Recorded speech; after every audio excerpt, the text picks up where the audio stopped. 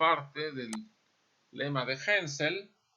Ayer demostramos la primera parte. Decidí arrancar este video con lo que teníamos ayer porque lo vamos a retomar. Ayer teníamos, ya dijimos, la parte 1. ¿Y qué nos dice el lema de Hensel? Acuérdense.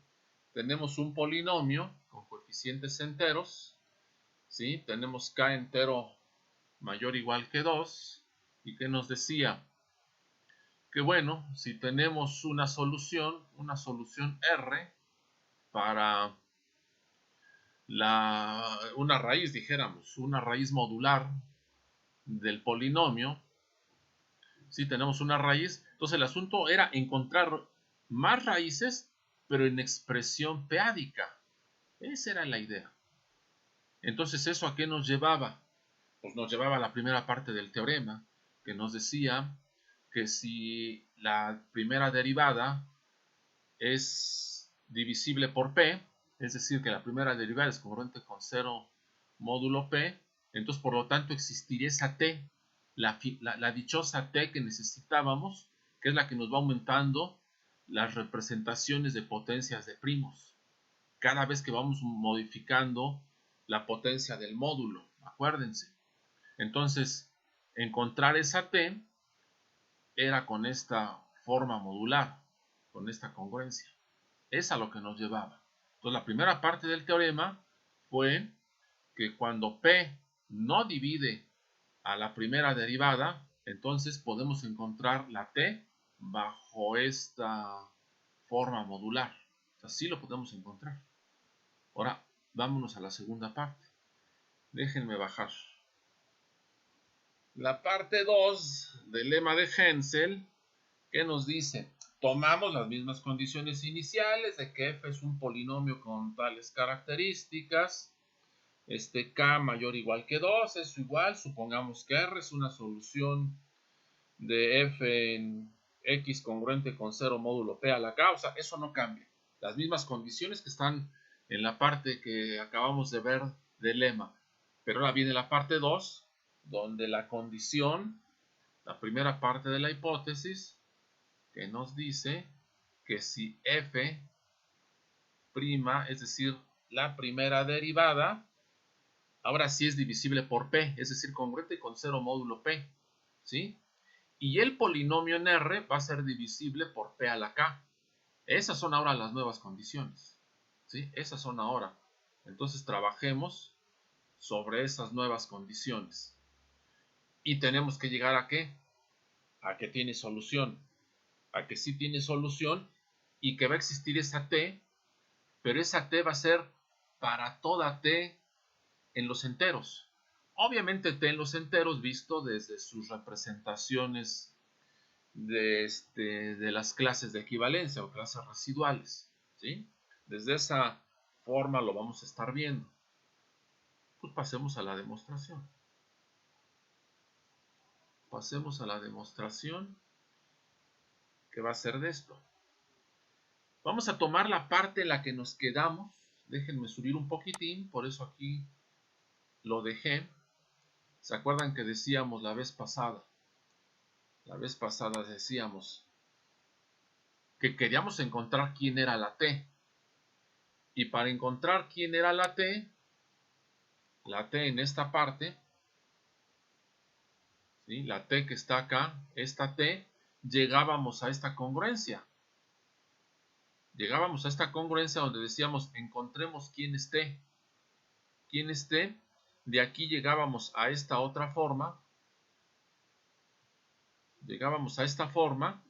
Y de aquí, ¿sí? Ahora sí aplicábamos ya, ¿sí? Aplicábamos la hipótesis desde acá, desde esta parte, aplicábamos la hipótesis de la parte 1, que la hipótesis era esto, esta era la hipótesis, la aplicábamos y llegábamos entonces a que la congruencia, esta congruencia lineal en t, tenía solución y encontrábamos la t, ¿sí? Entonces la t era esta. Pero el proceso de la demostración no tenía grandes modificaciones hasta esta parte que está en rojo. Hasta esta parte no cambiaba. No cambiaba la demostración hasta que aplicábamos la hipótesis para la parte 1, para la parte 2 y para la parte 3. Pues eso es lo que hacemos ahorita. Retomemos esta parte, estoy aquí señalando una y otra vez, retomemos esta parte, que es lo que tenemos acá. Al retomar esta parte, escribamos esta y decimos, ahora sí decimos, de regreso, me quedó todo junto,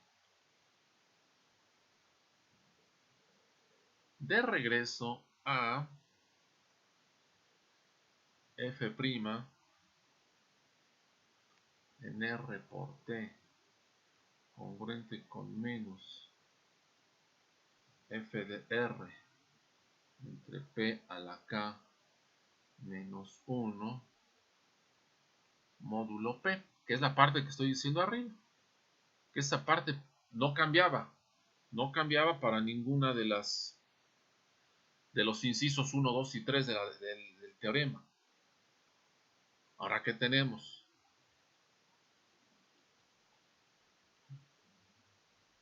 Hipótesis. Si f' en R es divisible por P, es decir, es congruente con 0 módulo P, entonces, ¿qué tenemos? Fíjense, en la congruencia que tenemos acá, en nuestra congruencia, ¿qué es lo que tenemos? Que P entonces divide a la parte derecha de la congruencia.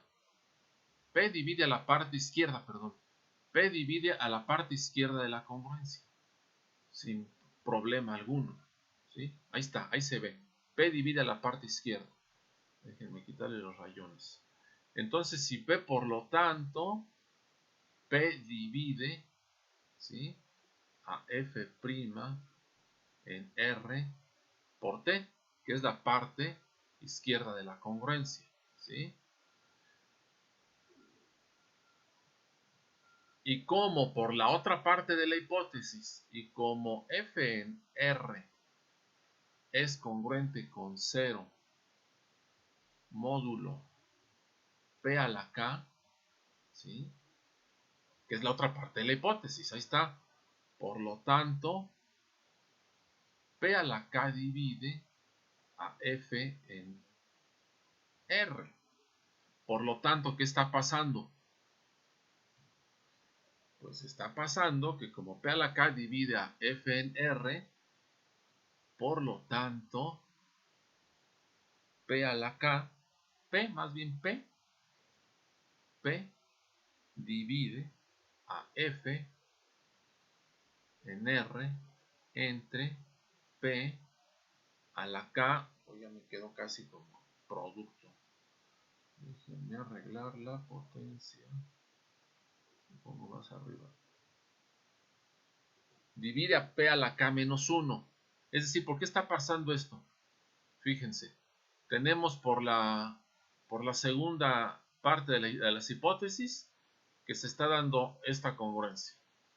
¿Sí? Se está dando esta congruencia. ¿Eso qué quiere decir?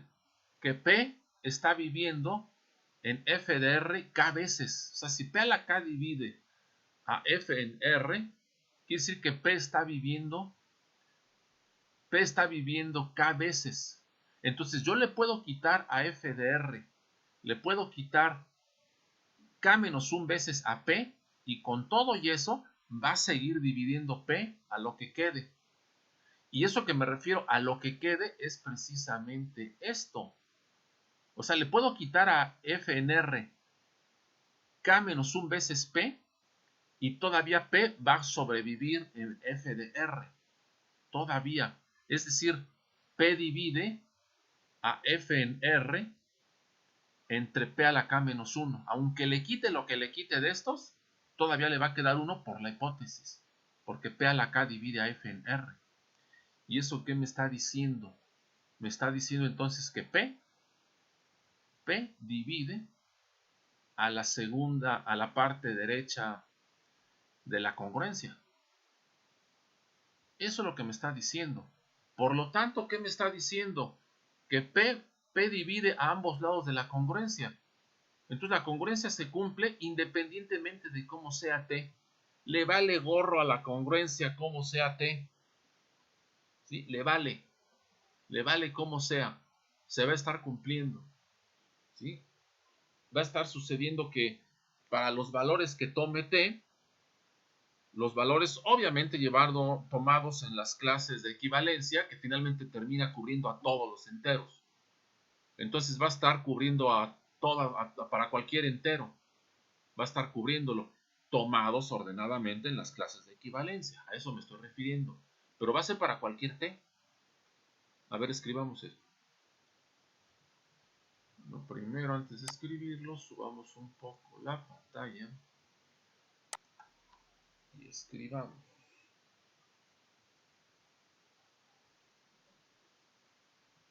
Por lo tanto, decimos que todos los valores T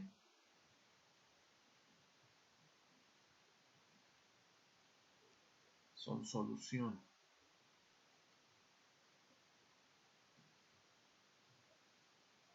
Entonces,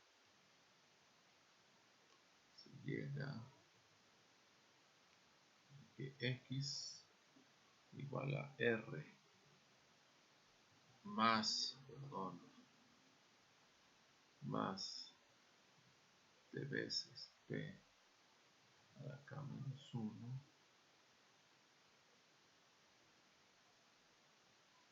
es solución para T igual a 0, 1, 2,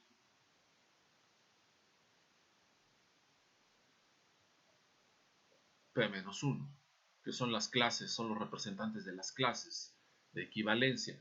Pero acuérdense, todo esto venía como parte del proceso de la demostración que ya venía desde atrás. Todo esto, acuérdense, toda esta parte. Entonces decimos que el proceso de la demostración de la parte del inciso 2 de la demostración prácticamente es lo mismo hasta que se llega a esta parte roja, al cuadro rojo que tenemos aquí. De ahí cambiamos la hipótesis. De ahí cambiamos la hipótesis. ¿Qué es esto? ¿Sí? De ahí cambiamos la hipótesis. ¿Sí? ¿Qué es esta parte? Pero el proceso de la demostración es exactamente el mismo. ¿Y qué decimos entonces? Por lo tanto, ¿sí? Por lo tanto,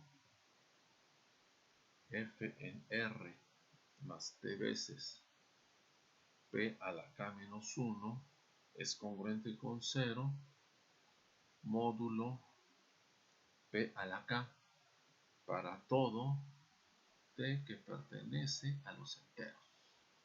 ¿Sí? Para todo t que pertenece a los enteros.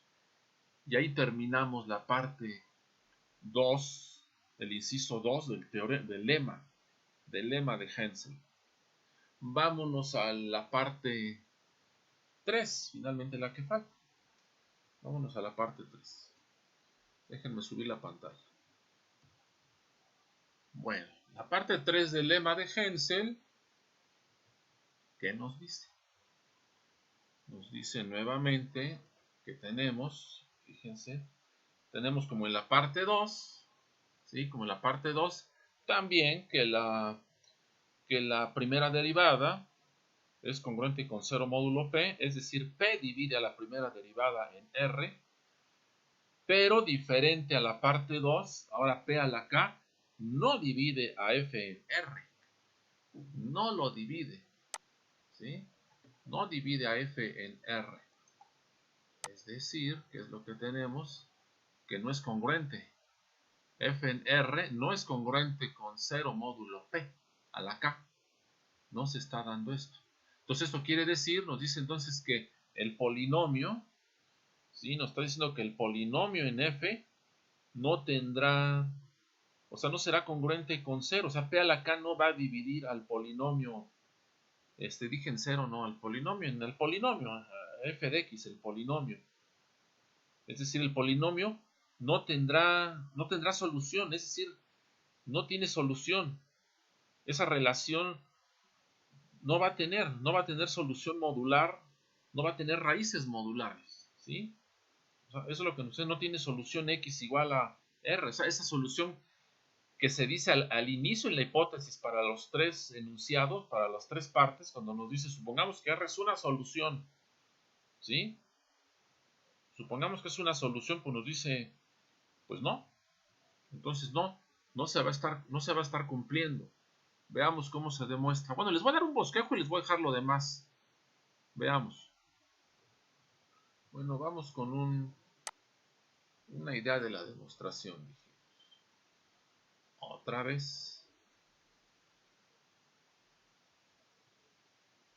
De regreso a f' en R por P, igual que lo hicimos antes, congruente con menos f de R entre P a la K menos 1 módulo P.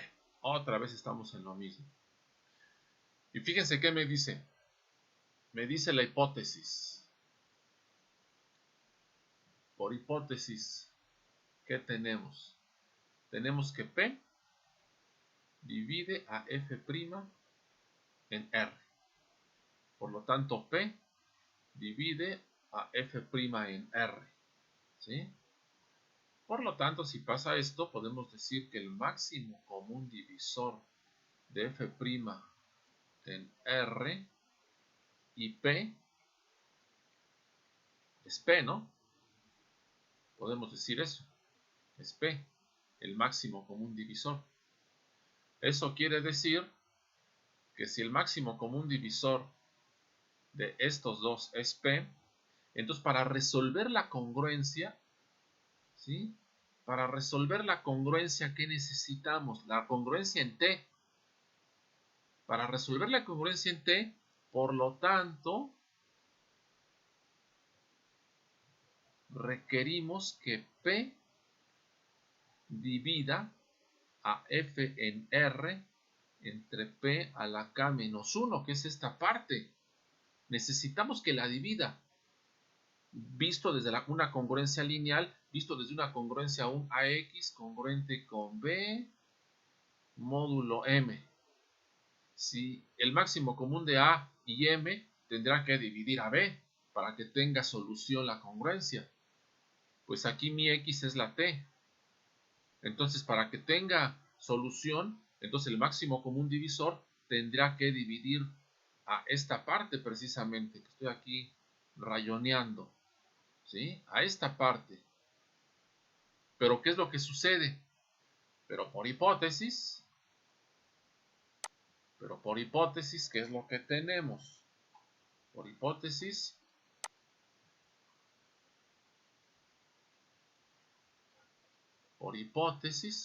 tenemos que P a la K no divide a F en R. Entonces, si P a la K no divide a F en R, quiere decir que no hay, que K veces P no estaría entre los factores de F a la R. ¿Sí? Eso quiere decir que P, no va a poder dividir, ¿sí? P no va a poder dividir a F en R entre P a la K menos 1. Porque no hay K veces P. Quizá podría haber K menos 1 veces P, a la mejor. Entonces podría ser que a lo mejor esta parte sea un entero. A lo mejor sí. ¿Sí? A lo mejor sí. Pero lo que me está diciendo la hipótesis es que P a la K no divide a F en R. Es decir, no va a haber K veces P. Pero es lo que se requeriría para que la congruencia tenga solución. Se requiere que P divida a esto. Por lo tanto, por hipótesis esto, por lo tanto, P no divide a F en R entre P a la K menos 1. No lo divide. Por lo tanto, no vamos a tener solución. Es decir, es más, lo dije creo mal hace un rato.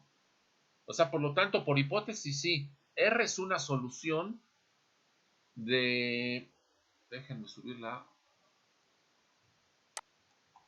Ya. Entonces, ¿qué decimos? Por hipótesis, desde el inicio, para los tres incisos, R es una solución de f en x congruente con 0 módulo p a la k menos 1. Pero lo que siempre pretendemos al encontrar t es para la potencia que sigue. Entonces, en este caso, no vamos a poder encontrar esa t. No la podemos encontrar. Por lo tanto, ¿sí? Por lo tanto, f en x congruente con 0 módulo p a la k, p a la k, por hipótesis del inicio que estoy diciendo, sí tiene solución p a la k menos 1, pero queremos encontrar esa t para el p a la k, que es el que no vamos a poder encontrar por todo lo que estamos diciendo en esta parte. Por lo tanto, entonces f en x congruente con 0 módulo p a la k no tiene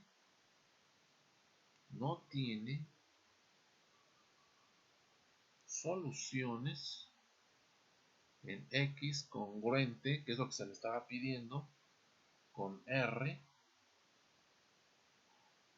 módulo p a la k menos 1. Es decir, hasta ahí se llegó en esa representación p-ádica, hasta ahí. Eso es lo que me está diciendo, ¿sí? Es decir, no se va a poder dar el paso que sigue para la potencia que le sigue a p. No se va a poder, que era p a la k. Se pudo hasta p a la k menos 1, pero no a la p a la k. Eso es lo que estaría fallando, ¿sí?